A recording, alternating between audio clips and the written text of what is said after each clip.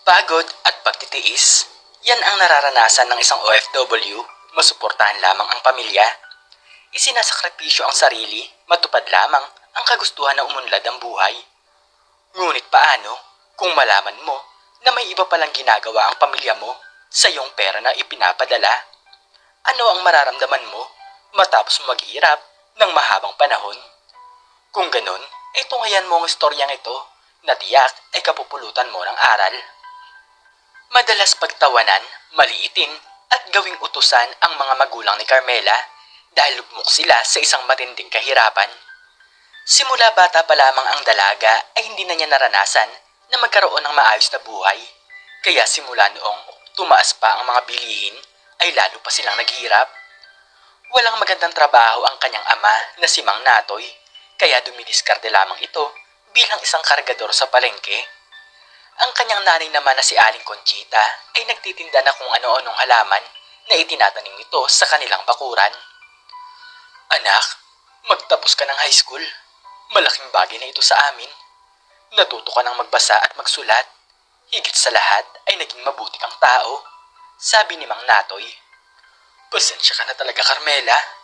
Ang totoo kasi niyan ay baka hindi ka na namin kayang mapag-aral sa kolehiyo. Sobrang hirap na talaga kumita ng pera at hindi naman pwedeng hindi tayo kumain. Dagdag ni Aling Conchita. Ngumiti na lamang si Carmela at tinanggap kung ano man ang desisyon ng kanyang mga magulang. Wala naman kasi siyang magagawa dahil alam naman niya sa kanyang sarili na ginagawa naman ng kanyang nanay at tatay ang lahat ng bagay. Lumipas sa mga taon ay tumigil na si Carmela sa kanyang pag-aaral. Nang malaman ito ng mga tao ay naging laman sila ng kung ano-anong tsismisan. Ganyan talaga ang buhay. Kapag wala kang pinag-aralan, ay mananatili kang mahirap. Kahit anong diskarte ang gawin mo, ay hindi ka talaga uunlad, sabi ni Aling Marife. Tama ka dyan, Mare. Nakakatawa na nga lang dahil pilit pa nilang pinagtapos sa high school ang kanilang anak na si Carmela. Saan naman yan magtatrabaho? Matutulad lang din yan sa kanilang mag-asawa. Masyado atang mataas ang pangarap, natatawang sagot ni Aling Nora. Hirap na nga sila sa buhay, ngunit nakakatanggap pa sila ng masakit na salita. Hindi na lamang ito pinapansin ng mag-asawa, ngunit iba ang nararamdaman ni Carmela.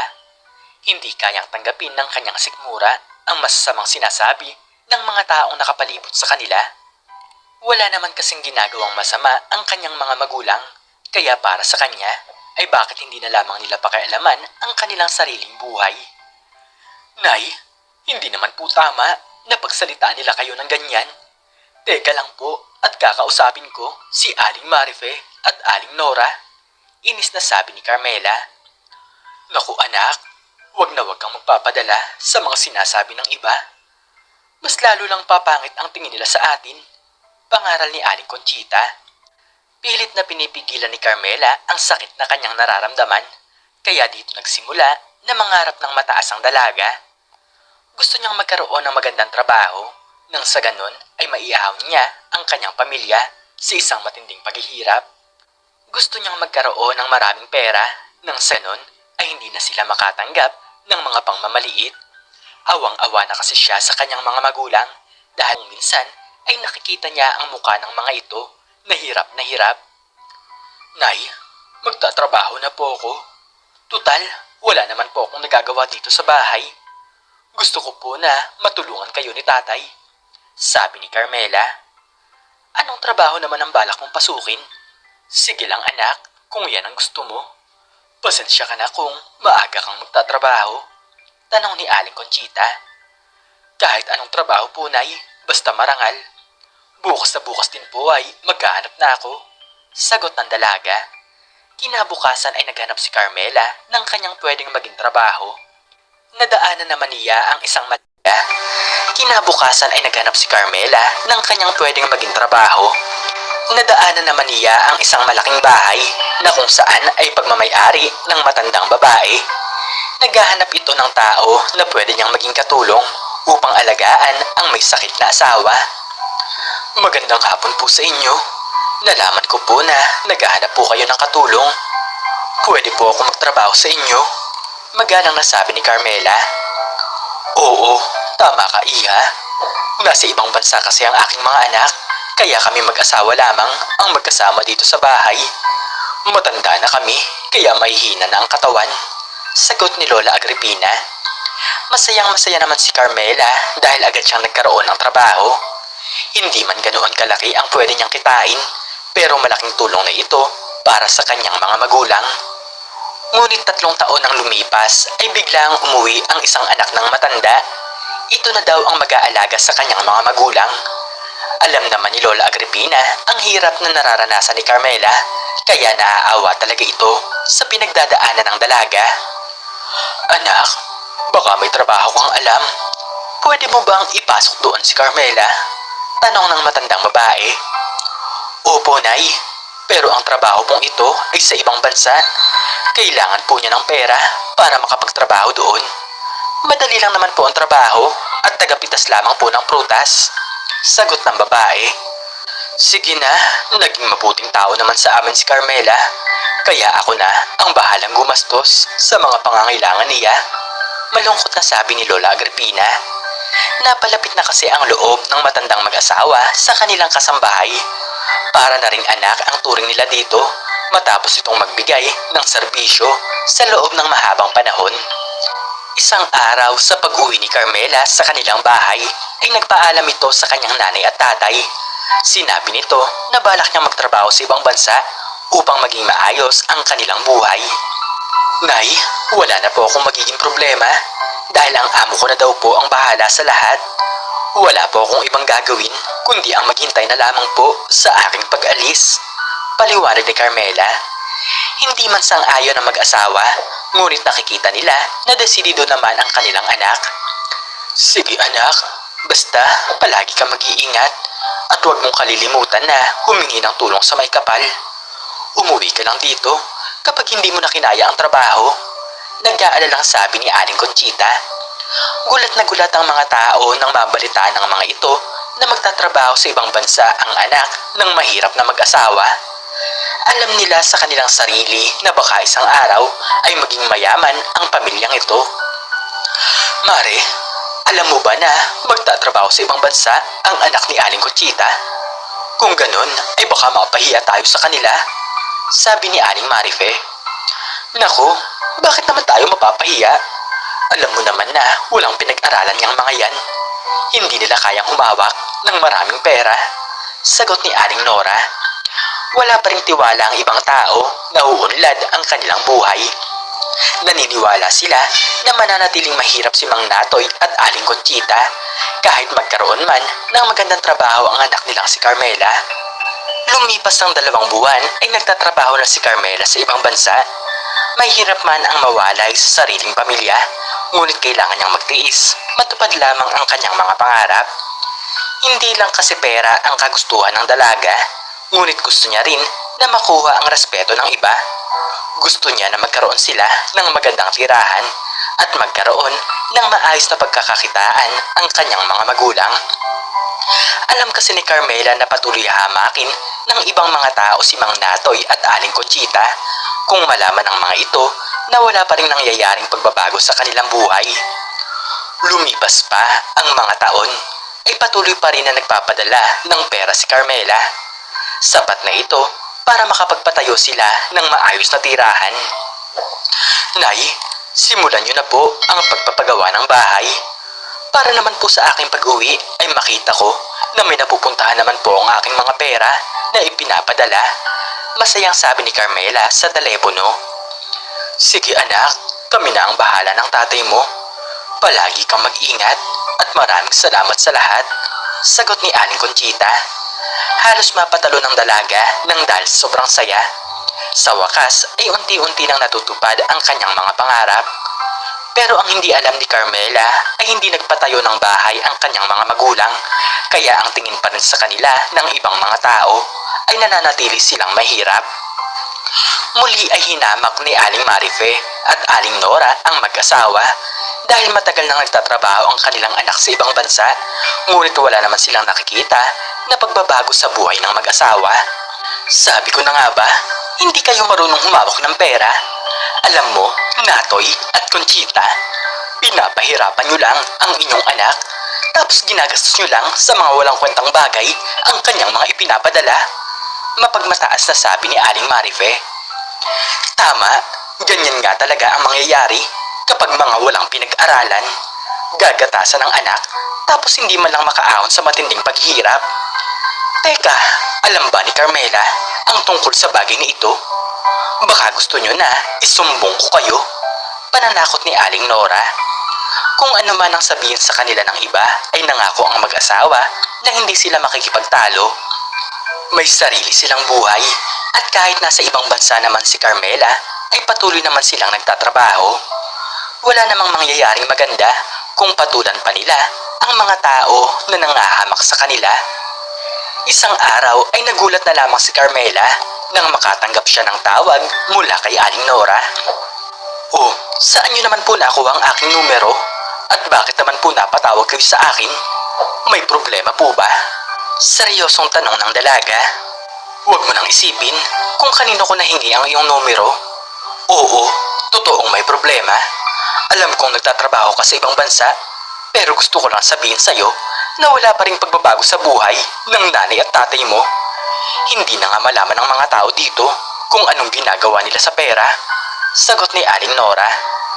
Noong una ay hindi naniwala si Carmela, ngunit nagpadala ng mga litrato si Aling Nora.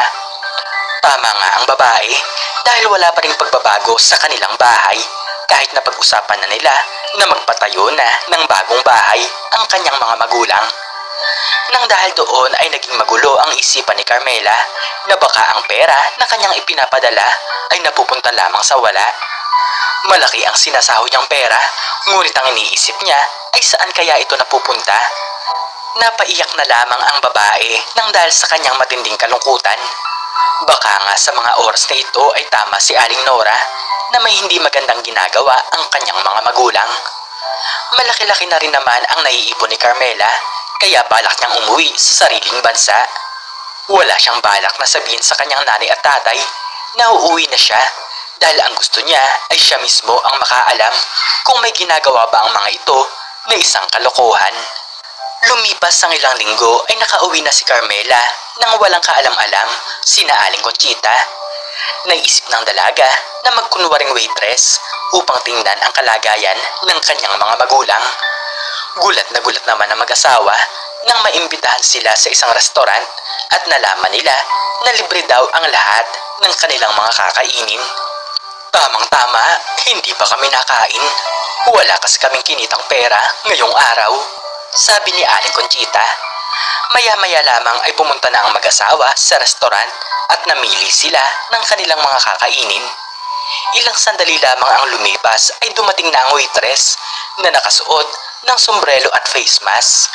Manghang-mangha talaga ang mag-asawa dahil sa totoo lang ay ngayon lamang sila makakakain ng ganitong klase ng mga pagkain. Ngunit si Carmela naman ay parang mas nalambot sa kanyang nakita dahil mas pumayat ang kanyang ama't ina. Pumapasok talaga sa kanyang isipan na may ginagawang hindi maganda ang mga ito sa mga pera na kanyang ipinapadala. Hindi nagawang magpakilala ni Carmela at balak na lamang niyang sumunod sa kanilang bahay kapag nakauwi na ang dalawa. Noong nasa bahay si Aling Conchita ay nagulat na lamang ito sa kanyang nakita. Anak, hindi mo naman sinabi na uuwi ka pala. Sana ay nakapaghanda kami ng masarap na pagkain, masayang sabi ni Aling Conchita. Halos mapatalo na mag-asawa nang muli nilang makita ang dalaga. Nay, saan niyo po ginagamit ang pera? Di ba ang sabi ko naman po sa inyo ay magpatayo na kayo ng bahay? May ginagawa po ba kayong hindi maganda? Naguguluhang tanong ni Carmela. Nang marinig ni Aling Nora at Aling Marife ang boses ng dalaga, ay agad silang pumunta sa harapan ng bahay ni Aling Conchita. Teka lang anak, wala naman kaming ginagawang masama, sagot ng matandang babae. Pero saan niyo po dinadala ang pera? At bakit hindi pa rin kayo nakapagpatayo ng bahay? Tanong ni Carmela. Nang dahil doon ay pumasok ng walang paalam ang dalawang chismosa sa bahay ni Aling Conchita. Yun na nga bang sinasabi ko sa iyo, Carmela? Wala talagang ginagawang maganda yung mga magulang mo. Isipin mo ba naman, nagpapakahirap ka sa ibang bansa, Tapos ito lang ang isusukli nila sa'yo? Pananokso ni Aling Nora. Lalayas na sana si Carmela sa bahay, ngunit isang salita ang narinig niya mula sa kanyang nanay. Teka lang Carmela, alam mo naman na wala kaming aral ng tatay mo at maaari kaming lokohin ng ibang mga tao. Inipon namin ng pera dahil patuloy naman kaming nagtatrabaho upang buhayin ang aming mga sarili. Paliwanag ni Aling Conchita. Sa paglabas ni Aling Natoy sa kanilang munting kwarto, ay daladala nito ang limpak-limpak na salapi. Mas maaalagaan daw kasi ni Carmela ang pera, kaya kahit na piso ay wala silang ginalaw sa kanyang mga ipinapadala. Napatahimik na lamang si Aling Nora at Aling Maripe. Para bang inggit na inggit sila sa kanilang nakita, dahil kung ganito pala ay mas mayaman na sa kanila ang hinahamak nilang pamilya. Pati na si Carmela ay nagulat sa kanyang nakita sapagkat muntik na siyang maniwala kay Aling Nora. Agad lumabas ang dalawang babae matapos nilang malaman ang isang katotohanan. Anak, ikaw na ang magpatayo ng pinapangarap mong bahay. Alam namin na may napag-aralan ka. Hindi ka kayang lokohin ng ibang tao sa usapang pera. Paliwanag ni Mang Natoy. Nanumbalik ang tiwala ng dalaga. Agad siyang nagpatayo ng kanyang pinapangarap na tahanan para sa kanyang mga magulang. Ilang buwan na lumipas ay natapos na ang bahay na kanyang ipinapagawa. Hindi talaga makapaniwala ang dalawang tsismosa matapos nilang makita na gumanda ang buhay ng dating mahirap na pamilya. Paano naman kasi ay binalikan ni Carmela si Lola Agripina upang bigyan ng pasalubong. Ngunit siya pa pala ang masusurpresa sa alok ng anak ng matanda. Baka daw gusto nitong magnegosyo dahil alam naman ito na may naipong pera ang dalaga. Hindi nagtagal ay nagtagumpay sila sa buhay. Wala nang masabi si Aling Maripe at Aling Nora tungkol sa kanilang pamilya. Paano naman kasi ay sina Carmela na ang mayroong pinakamagandang bahay sa kanilang lugar at higit sa lahat ay sila na rin ang pinakamalaki kung kumita ng pera. Wala naman talagang trabaho si Aling Nora at Aling Maripe. Tapos nga sa pag-aaral, ngunit walang ibang ginawa kundi ang makipagtsismisan. Nay, Tay, maraming salamat po dahil kayo po ang aking mga naging magulang. Masayang sabi ni Carmela. Anak, kami ang nagpapasalamat sa iyo dahil ikaw ang tumapos sa ating paghihirap. Masayang sagot ng mag-asawa. Simula noon ay natatanggap na nila ang respeto mula sa ibang mga tao. Ito ang matagal ng pangarap ng pamilya, ang matigil na ang mga pangahamak sa kanila. Hindi sa panghabang buhay ay mahirap, huwag kang papayag na namulat ka sa mundong kapos at mawawala ka sa mundo na nananatili kayong kapos. Araw-araw ay may pag-asa, araw-araw ay pwede kang magsikap. Huwag mong pansinin ang masakit na sinasabi ng iba hanggat alam mo sa iyong sarili na wala naman kayong ginagawang masama.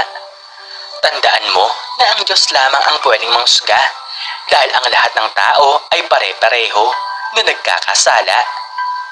Ikaw, anong natutunan mo sa istoryang ito? I-comment mo sa baba ang iyong natutunan. At hanggang dito na lamang po nagtatapos ang aking istorya at sana po ay nagustuhan nyo ito. Please like, share, and subscribe and click the notification bell para lagi kang updated sa mga bago kong istorya. Muli ay maraming salamat po at God bless us all.